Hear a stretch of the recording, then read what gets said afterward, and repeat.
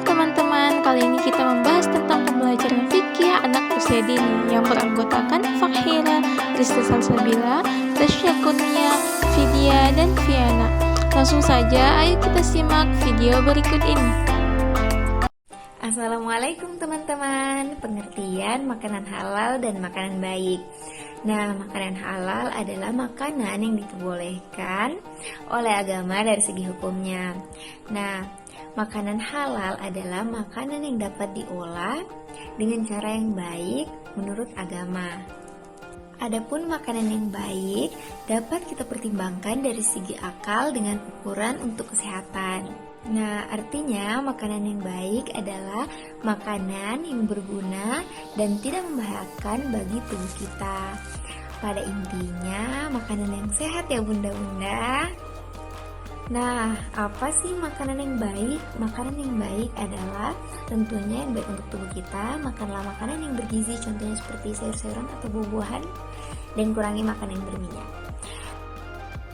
Adapun dalil persyariatan makanan halal dan makanan yang baik yaitu Quran Surah Al-Baqarah ayat 168 sampai 169 yang artinya, wahai manusia, makanlah dari makanan yang halal dan baik yang terdapat di bumi dan janganlah kamu mengikuti langkah-langkah setan, sungguh setan itu musuh yang nyata bagimu. Sesungguhnya, setan itu hanya menyuruh kamu agar berbuat jahat dan keji dan mengatakan apa yang tidak kamu ketahui tentang Allah. Selanjutnya, Quran Surah Al-Baqarah ayat 172 sampai 173 yang artinya, wahai orang-orang yang beriman, makanlah dari rezeki yang baik yang kami berikan kepada kamu dan bersyukurlah kepada Allah jika kamu hanya menyembah kepadanya. Sesungguhnya dia hanya mengharamkan atasmu bangkai darah, daging babi, dan daging hewan yang disembelih dengan menyebut nama selain Allah. Tetapi barang siapa terpaksa memakannya, bukan karena menginginkannya, dan tidak pula melampaui batas, maka tidak ada dosa baginya. Sungguh Allah Maha Pengampun, Maha Penyayang. Kamu ketahui, makanan halal dapat dibagi berdasarkan jenisnya. Bila kamu belum mengetahuinya, simak ulasan lengkap di bawah ini. Hendaknya kamu perlu memperhatikan label sertifikat halal dari BPOM atau MU, Majelis Ulama Indonesia, yang mencantumkan setiap sertifikat bagian luar kemasan produk. Yang pertama, makanan halal berdasarkan komposisinya. Yang kedua, makanan halal berdasarkan cara memasaknya. Kamu juga harus perlu memperhatikan saat memasak makanan kita dapat peralatan dapur. Bila kamu sedang tinggal dengan saudara non-muslim di dalam rumah atau tempat tinggal lainnya. Yang ketiga, makanan halal berdasarkan cara mendapatkannya. Allah Subhanahu wa Ta'ala melarang hambanya untuk melakukan hal buruk demi mendapatkan makanan. Maka setiap makanan yang dihasilkan oleh kegiatan mencuri, menipu, korupsi adalah haram hukumnya. Contoh halal dan baik. Dari segi makanan halal dan baik adalah semuanya kecuali yang dilarang dan dinyatakan tidak boleh dalam Al-Quran dan hadis. Adapun makanan yang dinyatakan dilarang ialah contohnya bangkai, darah, daging babi, dan daging hewan yang disembelih dengan menyebut nama selain Allah. Quran Surah Al-Baqarah ayat 173. Makanan yang halal dan baik tersebut telah ditetapkan kehalalannya dalam kitab suci Al-Quran.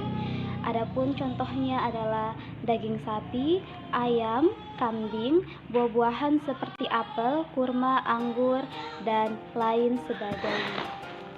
Dan ada juga contoh makanan halal dan baik menurut zatnya, misalnya ikan, buah-buahan, nasi, sayur mayur, dan lain sebagainya.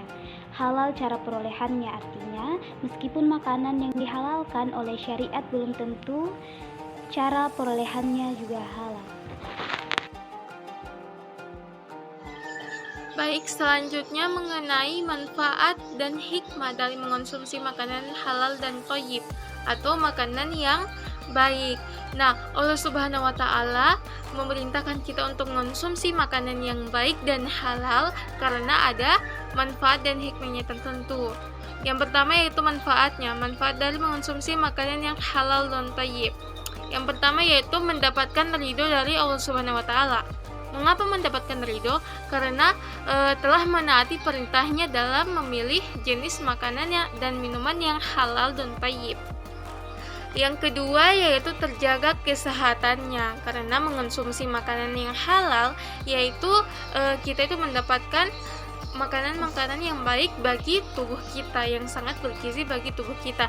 Yang terakhir, yang ketiga yaitu memiliki akhlakul karimah, karena makanan dan minuman yang halal dan baik yang kita konsumsi akan berubah menjadi tenaga yang kita gunakan dalam beraktivitas dan beribadah kepada Allah Subhanahu wa taala. Nah, selanjutnya hikmah dari mengonsumsi makanan yang halal dan thayyiban atau makanan yang baik. Yang pertama manfaatnya, hikmahnya itu yaitu terjaga atau terhindar dari segala penyakit karena telah mengonsumsi makanan-makanan yang sehat. Yang kedua itu meningkatkan iman dan mendapatkan perlindungan dari Allah Subhanahu wa taala. Yang ketiga terjaga akhlakul karimahnya. Yang keempat terjaga khusyuknya dalam sholat, dan yang kelima mendapatkan rezeki yang baik pula. Nah, jadi sangat bermanfaat makanan halal dan baik ini.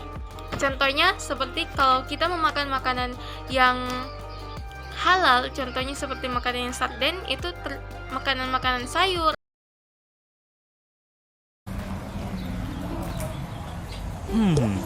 Tak ada logo halal lah. Tak ada ke? Kenapa nak ada halal? Logo halal tu tanda makanan tu bersih dan selamat untuk dimakan. Nampak makanan viral, ramai pergi mencuba. Fikir dulu, ada logo halal ke? Nampak minuman viral, ramai pergi mencuba. Fikir dulu, ada logo halal ke? Sebelum makan tengok dulu. Ini halal ke? Banyak pilihan, tengok dulu. Ini halal ke? Bila cari makanan, Pastikan halal thayyiban. Allah sukakan kebersihan. Oma, Hana, Ya? boleh carikan kotak biji Rin? Boleh? Ingat tau, cari yang ada. Logo halal. Pandai anak papa.